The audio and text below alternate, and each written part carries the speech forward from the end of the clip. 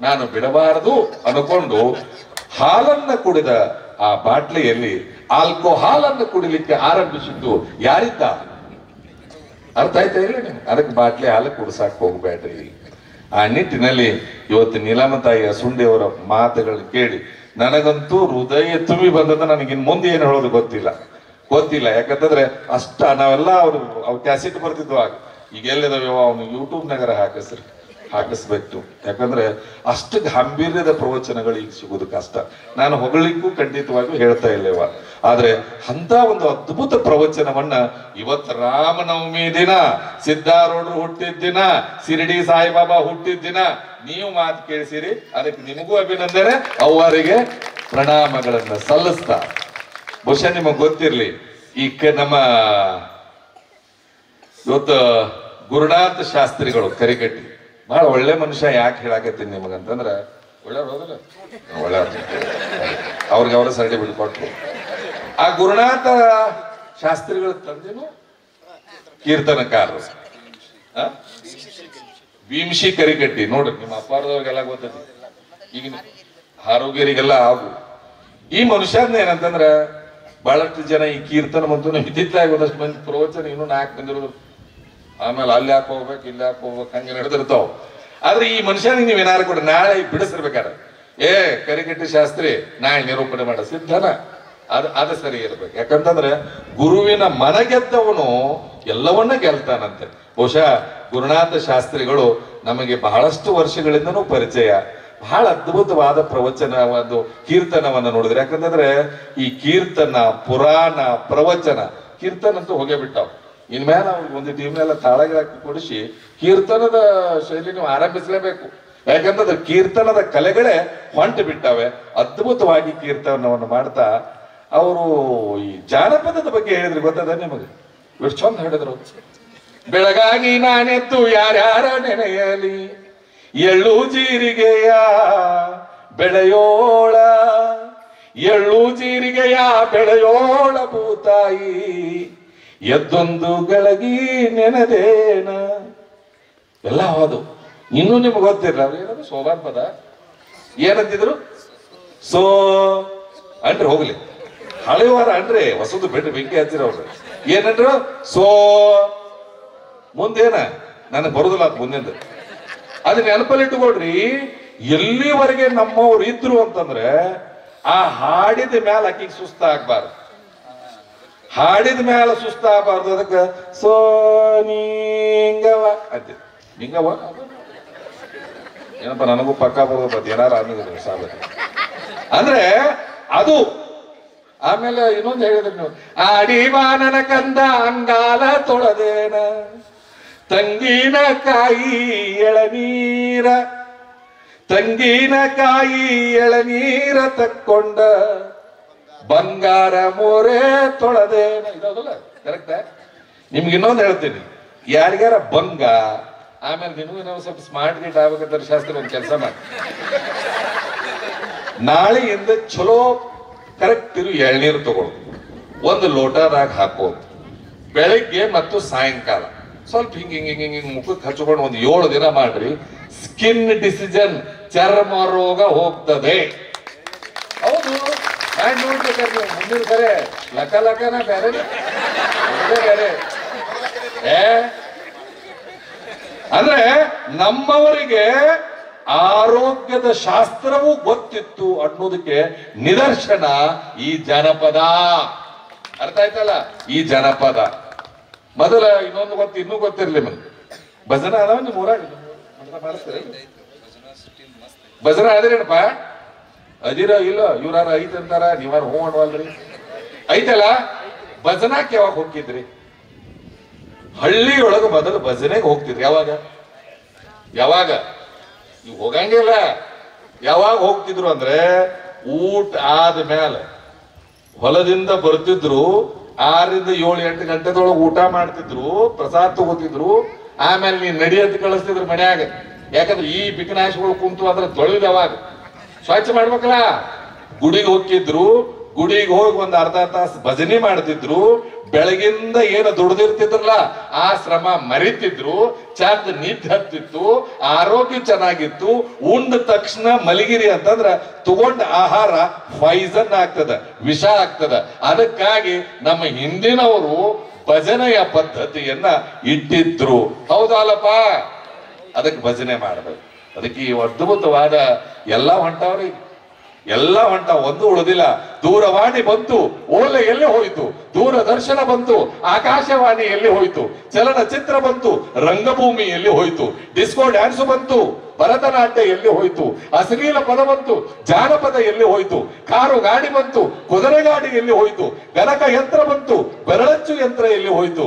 ಮುಖೇರೀಶ ಯಂತ್ರ ಮಾನವ ಬಂತು, ಸ್ವತಂತ್ರ ಮನ ಎಲ್ಲಿ ಹೋಯ್ತು? ಎಲ್ಲವನ್ನ ಕಳ್ಕೊಳ್ತಾ ಇದೀವಲ್ಲ. ಅದಕ್ಕೆ ನಾಳಿಂದ ನೀವು ಯಾರ ಜಾನಪದಗಳನ್ನು ಉಳಿಸ್ಬೇಕು. ಗುರುಗಳಲ್ಲಿ ಒಂದು ವಿನಂತಿ, ನಿಮ್ಮ ಹಳ್ಳಿಯ ಭಾಗದಲ್ಲಿ ಜಾನಪದ ಕಲೆಗಳಿರ್ತವೆ. ನಿಮ್ಮ ವೇದಿಕೆಯ ಆರಂಭಕ್ಕಿಂತ ಮುಂಚೆ ಅವ್ರೇನಾರ ಉಳಿದಿರುವಂತ ಜಾನಪದಗಳು, ವಾವ್, ಬಹಳ ಖುಷಿ ಆಯ್ತು. ಜೋಗ್ತಿ ಪದ, ಅದಕ್ಕೆ ನಿಮ್ಮಲ್ಲಿ ಏನಿರ್ತಾವಲ್ಲ ನೀವು ಹೊರಗೆ ಹಾಕ್ರಿ. ಆಮೇಲೆ ಇನ್ನೂ ಒಂದು ಏನ್ ಮಾಡ್ರಿ ಅಂತಂದ್ರೆ, ನನಗೆ ಮೊನ್ನೆ ಗುಡ್ಡಾಪುರದ ಆರಾಮನ ಪುರಾಣ ನಮ್ಮಲ್ಲಿ ಹಚ್ಚಿದ್ದೀವಿ. ನಾನು ಹಂಗ ಸುಮ್ಮನೆ ನಮ್ಮ 9 ದಿನ ಹೋಳಿಗೆ ಮಾಡಿಸೋದು, ತಲೆಯಾಗ ಬಂತಂದ್ರೆ ಮಾಡಿಸ್ಬಿಡೋದು. ನಾ ಹೇಳೀನಿ, ಎಷ್ಟು ವೆರೈಟಿ ಹೋಳಿಗೆದವನು ಮಾಡ್ಕೊಂಬರ್ರಿ ಅಂದ್ರ ನಿಜವೂ ದೇವರ ಪ್ರವಚನ ಮಾಡ್ರಿ. 36 ವೆರೈಟಿ ಹೋಳಿಗೆ ಮಾಡ್ಕೊಂಬಂದ್ರು. ಹೆಣ್ಮಕ್ಳು ಇವ್ರೇನು ಸಾಮಾನ್ಯ ಇರಂಗಿಲ್ಲ. ನೀವು ಅನ್ಕೋಬಹುದು ಇದನ್ನ ಯಾಕೆ ಹಚ್ಚಿರಿ ಅಂತಂದ್ರ ಹೊಸ ಹೊಸ ಶುರು ಆಗ್ತದೆ. ಅದಕ್ಕೆ ಇದರ ನಡುವೆ ಮುಂದಿನ ಸರಿ ಇದ್ರೊಳಗ ಮಾಡ್ರಿ, ಏನಾಗೋದಿಲ್ಲ. ನೀವ್ ಏನೇನು ಅಡಿಗೆ ಮಾಡ್ತಿರ್ತಿರ್ಲ, ಒಂದ್ ದಿವ್ಸ ಅವನ ನೋಡೋದು, ಕೊಂಡು ಬಿಡೋದು. ನೀವ್ ಯಾವಾಗಾದ್ರ ಮಾಡಿಸಿರಂದ್ರೆ ಕರೀರಿ, ನಾವು ಊಟ ಮಾಡಕ್ ಬರ್ತೀವಿ. ಅದಕ್ಕೆ ನಮ್ಮಲ್ಲಿರುವ ಈ ಪ್ರತಿಭೆಗಳನ್ನ ಹೊರ ಹಾಕುವ ವೇದಿಕೆಯೇ ಆಧ್ಯಾತ್ಮ ವೇದಿಕೆ ಆಗಿರ್ತದೆ. ಅದಕ್ಕೆ ಗುರುನಾಥ ಶಾಸ್ತ್ರಿಗಳು ಬಹಳ ಅದ್ಭುತವಾಗಿ ಮಾತಾಡಿದ್ದಾರೆ. ಚಪ್ಪಾಳೆ ತಟ್ಟಬೇಕು, ಒಳ್ಳೆ ಮನುಷ್ಯ. ಆಮೇಲೆ ನಮಗೆ ಇವತ್ತು ವಿಶೇಷವಾಗಿ ಈ ಕಾರ್ಯಕ್ರಮದಲ್ಲಿ ಶಿವಶಂಕರ ಬಿರಾದರ ಶರಣರು ಬಹಳ ಅಪರೂಪವಾಗಿ ಮಾತಾಡೋ ಒಳ್ಳೆ ಕವಿಗಳು. ಅವರು ಅಷ್ಟು ದೂರಿಂದ ಬಂದಿದ್ದು ಜ್ವರ ನೋಡ್ರಿ, ಗುರುಗಳ ಆಜ್ಞೆ ಆಗ್ಯದ, ನಾನ್ ಮಾತಾಡಬೇಕು. ಇವತ್ತೆಲ್ಲ ವಿಚಾರಗಳನ್ನು ಹೇಳಿದ್ದಾರೆ. ಅವರು ಪ್ರತಿಯೊಂದು ವಿಚಾರಗಳನ್ನ ತಿಳಿಸಿದ್ದಾರೆ. ಹೆಂಗಿರ್ಬೇಕು, ಹೆಣ್ಮಕ್ಳು ಹೆಂಗಿರ್ಬೇಕು, ಮತ್ತು ಪ್ರತಿಯೊಂದರಲ್ಲೂ ಕೂಡ ನಾವು ಹೆಂಗ್ ಬದುಕಬೇಕು ಅನ್ನುವ ವಿಚಾರವನ್ನ ಅವರು ತಿಳಿಸಿದ್ದಾರೆ. ಭಗವಂತ ಅವ್ರಿಗೂ ಒಳ್ಳೇದ್ ಮಾಡ್ಲಿ ಅಂತಕ್ಕಂಥ ಮಾತನ್ನ ಹೇಳ್ತಾ, ಇವತ್ತ ನಾವು ವಿಶೇಷವಾಗಿ 3 ಜನರು ಹುಟ್ಟಿದ ದಿನ ಇವತ್ತು. ಯಾರು? ಶ್ರೀರಾಮ, ಆಮೇಲೆ ಶ್ರೀರಾಮ ಹುಟ್ಟಿದ ಇವತ್ತು ಅದಲ್ಲ, ಆಮೇಲೆ ಸಿದ್ಧಾರೂಢರು, ಶಿರ್ಡಿ ಸಾಯಿಬಾಬಾ. ಇವ್ರು 3 ಜನ ಹುಟ್ಟಿದ ದಿವಸ ಇವತ್ತು. ನೀವೆಲ್ಲರೂ ಕೂಡ ನೆನಪಲ್ಲಿಟ್ಟುಕೊಳ್ಳಿ, ಇವರು ಯಾರು? ರಾಮ ಯಾಕೆ ಆದರ್ಶ ಗೊತ್ತದ ನಿಮಗೆ? ರಾಮ ಯಾಕೆ ಆದರ್ಶ ಅಂತಂದ್ರೆ, ಅವನು ಒಳ್ಳೆಯ ಅಣ್ಣ, ಒಳ್ಳೆಯ ಮಗ, ಒಳ್ಳೆಯ ಗಂಡ, ಒಳ್ಳೆಯ ರಾಜ, ಒಳ್ಳೆಯ ಎಲ್ಲರೂ ಹೇಳಿದ್ದನ್ನು ಕೇಳುವಂತ ಅಪರೂಪದವನು. ಅದಕ್ಕೆ ಬಂಧುತ್ವ ಅನ್ನುವುದನ್ನ ನಾವ್ ಯಾರದರ ಉದಾಹರಣೆ ಕೊಡ್ಬೇಕಾಗಿತ್ತಂದ್ರ ಶ್ರೀರಾಮನ ಉದಾಹರಣೆಯನ್ನೇ ಕೊಡಬೇಕು. ಅದಕ್ಕೆ ರಾಮ ನಮಗೆ ಆದರ್ಶ, ಅದಕ್ಕೆ ಆದರ್ಶ ಪುರುಷ. ಆ ನಿಟ್ಟಿನೊಳಗ ಈ ರಾಮ ನವಮಿ ದಿನ ಇವತ್ತು ವಿಶೇಷವಾಗಿ ಈ ಕ್ಷೇತ್ರಕ್ಕೆ ಬಂದು ರಾಮನ ಭಜನೆನೂ ಆಯ್ತು, ಆನಂದವಾಗಿ ಚಿಂತನೆ ಆಯ್ತು. ಜೊತೆಗೆ ಇನ್ನೊಂದು ಸಿದ್ಧಾರೂಢರ ಬಗ್ಗೆ ನನ್ಗೆ ಏನೇನೋ ಗೊತ್ತಿರ್ಲಿಲ್ಲ. ನಿಮ್ ಬಹುಶಃ ನನ್ನ ವಚನಗಳೆಲ್ಲ ಹುಟ್ಟಿದ್ದು ಸಿದ್ಧಾರೂಢ ಮಠದಾಗ್ರವಾದ. ನಾನು ಏನ್ ಮಾಡ್ತಿದ್ನಿ ಅಂತಂದ್ರೆ, ಈ ಗೋಜ ಆ ಸಿದ್ಧಾರೂಢ ಮಠಕ್ಕೆ ಹೋದ್ರೆ ಯಾವ ಸ್ವಾಮಿಗಳು ಭೇಟಿ ಹಾಕಿರ್ತಿಲ್ಲ. ಮತ್ತೆ ಅಲ್ಲಿ ಹೋಗೋದೈತಿ, ಆ ರೂಮ್ನಾಗ ಕುಂಡ್ರದೈತಿ, ವಚನ ಬರಿದೈತಿ. ಸಿದ್ಧಾರೂಢ ಮಠಕ್ಕೂ ನನಗೂ ಬಹಳ ಸಂಬಂಧ ಅದ. ಅಲ್ಲೇ ವಚನಗಳು ಬರೀತಿದ್ವಿ, ಅಲ್ಲೇನು ಗಾದ್ದಿರ್ತಿರ್ಕಿಲ್ಲ. ಹಾಗೆ ಸಿದ್ಧಾರೂಢರ ಬಗ್ಗೆ ಮತ್ತೊಂದು ಚಿತ್ರಣವನ್ನ ಬಹುಶಃ ನಿಮ್ಗೆ ಗೊತ್ತಿರ್ಲಿ. ಆ ಸಿದ್ಧಾರೂಢರು ಹೇಳಿ ಹೇಳಿ ಹೇಳಿ ಹೇಳಿ ಗೊತ್ತಾಯ್ತು ಅವ್ರಿಗೆ. ಇವ್ರಿಗೆ ಏನ್ ಹೇಳಿದ್ರು, ಈಗ ಅವ್ರನ್ನ ಮೆರ್ಸಾಕತ್ತಾರ ಎಲ್ಲರೂ. ಆದ್ರ ಆ ಸಿದ್ಧಾರೂಢ ಇರುವಾಗ ಪುಣ್ಯಾತ್ಮನ ಅವನ್ ಏನೂ ಬೇಡ ಅಂತ ಅವನ ಹೋಗಿ ಕೋರ್ಟ್ ಮೆಟ್ಲ ಹಚ್ಚಿದವರು ಯಾರ ನೋಡ್ರಿ. ಕೊನೆಗೆ ಗುರುನಾಥ ಆರೂಢರಿಗೆ ಅಂದ್ರು, ಯಪ್ಪ ಏನು ಉಪಯೋಗ ಇಲ್ಲ, ಮೌನದೋಳಿರು ಎಂದನೋ ಗುರುದೇವನು ಮೌನದೋಳಿರು ಎಂದನು ಅಂತೇಳಿ, ನೀನು ಮಾತಾಡಕ ಹೋಗ್ಬೇಡಪ್ಪ ಅಂತೇಳಿ ಗುರುನಾಥ ಆರೂಢರು ಮೌನವಾಗಿನೇ ಇದ್ದು ಹೋದ್ರು. ಆ ನಿಟ್ಟಿನಲ್ಲಿ ಇವತ್ತು ನಾವು ಸಿದ್ಧಾರೂಢರ ಆದರ್ಶವನ್ನ ಪಾಲಿಸ್ಬೇಕು ಅಂತಂದ್ರೆ ಯಾವತ್ತೂ ಕೂಡ ಯಾರನ್ನೂ ನೋಡಿ, ಬಹುಶಃ ನನಗನಿಸಿದ ಮಟ್ಟಿಗೆ ಈ ಪರಂಪರೆಯೊಳಗೆ ಅದು ಕಡಿಮೆ. ಎಲ್ಲರನ್ನೂ ಪ್ರೀತಿಸುವಂತ ಅಪರೂಪದ ಗುಣ ಈ ಸಿದ್ಧಾರೂಢ ಪರಂಪರೆಯಲ್ಲಿ ಅದ. ಬಹುಶಃ ಆ ನಿಟ್ಟಿನೊಳಗೆ ಇನ್ನೊಂದೇನಂತಂದ್ರೆ ಅವ್ರ ಗುರುಗಳು ನಮ್ಮ ಪರಮ ಪೂಜ್ಯ ಬಸವರಾಜ ದೇಶಿಕೇಂದ್ರ ಅಪ್ಪುಗಳು, ಅವ್ರು ಸಿದ್ಧಾರೂಢ ಪರಮ ಭಕ್ತರು, ಅವರೇ ಮಹಾತ್ವರಲ್ಲ, ಅವರು ಕಟ್ಟಿಸಿದವರು. ಅವ್ರ ಬಗ್ಗೆ ಇಷ್ಟು ಅಪಾರವಾದ ಶ್ರದ್ಧಾ ಅಂದ್ರ ನಾ ಹೇಳಂಗಿಲ್ಲ, ಅದು ವೇದಿಕೆ ಮೇಲೆ ಹೇಳಕ್ಕೂ ಬರಂಗಿಲ್ಲ. ಆ ಗುರುಗಳ ಬಗ್ಗೆ ಇಷ್ಟು ಕಾಳಜಿ ಮಾಡಿದ್ರು. ನಮ್ಮ ಗುರುಗಳು ಬಹಳ ಶ್ರಮ ಪಟ್ಟಾರ. ನಮ್ಮ ಗುರುಗಳ ಬಗ್ಗೆ ಏನೆಲ್ಲ ಅವ್ರು ಹೇಳುವಾಗ ಆ ಹೃದಯ ತುಂಬಿ ಬಂದಿತ್ತು. ಬಹುಶಃ ಯಾವ ಮನುಷ್ಯ ದೊಡ್ಡವ ಆಗ್ತಾನೆ ಅಂತಂದ್ರೆ ಗುರುವಿನ ಮನಸ್ಸನ್ನು ಗೆದ್ದವ ದೊಡ್ಡವ ಆಗ್ತಾನೆ. ಅದಕ್ಕಾಗಿ ಅದು ಕೂಡ ನಿಮ್ಮ ಗುರುಗಳಲ್ಲದ. ಅವ್ರ ಗುರುಗಳ ಮನಸ್ಸು ಗೆದ್ದಾರ ಅವರು. ಇನ್ನೊಂದು ಹೇಳ್ತೀನಿ ನಿಮಗೆ, ಬಹಳಷ್ಟು ಜನ ಸ್ವಾಮಿಗಳಾಗಿದ್ರೇನೆ ಅದು ಆಗಂಗಿಲ್ಲ. ಒಬ್ಬ ಸ್ವಾಮಿ ಆದವ ಒಬ್ಬ ಯೋಗ್ಯ ಶಿಷ್ಯನಾಗಿರಬೇಕು. ಅದಕ್ಕೆ ನಮ್ಮ ಈ ಸ್ವಾಮಿಗಳು ಅವ್ರ ಗುರುಗಳಿಗೆ ಯೋಗ್ಯ ಶಿಷ್ಯ, ನಿಮಗೆ ಯೋಗ್ಯ ಗುರುಗಳು. ಆ ನಿಟ್ಟಿನಲ್ಲಿ ನಾನು ಮಾತಾಡ್ತಾ ಯಾಕಂತಂದ್ರೆ ನಾವೆಲ್ಲ ನೀಲಂ ತಾಯಿ ಅವ್ರ ಪ್ರವಚನವನ್ನು ಕೇಳಿ ದೊಡ್ಡವರಾದವರು. ನಂದೇನು ಕಡಿಮೆ ಆಗಿಲ್ಲವ, ನಂದು 40-35 ಮೇಲೆ ಹೋದ್ ನಂದು ಗೊತ್ತೇ. ಮತ್ತೆ ನಿಮ್ ಪ್ರವಚನವನ್ನ ಚೆನ್ನಾಗಿರುತ್ತೆ ಕೇಳಿವ್ ನಾವ. ಆಮೇಲೆ ಇವ್ರ ಪ್ರವಚನವನ್ನು ಇದು ಮಾಡ್ತಿದ್ದೆ, ನಾನು ಬರ್ಕೊಂಡು ಹೋಗಿ ಪ್ರವಚನ ಮಾಡಿದ್ದೀನಿ. ನಾನು ಪ್ರಾಮಾಣಿಕವಾಗಿ ಹೇಳ್ತೀನಿ, ಬಹಳ ಅಷ್ಟ ಅದ್ಭುತ ಪ್ರವಚನ.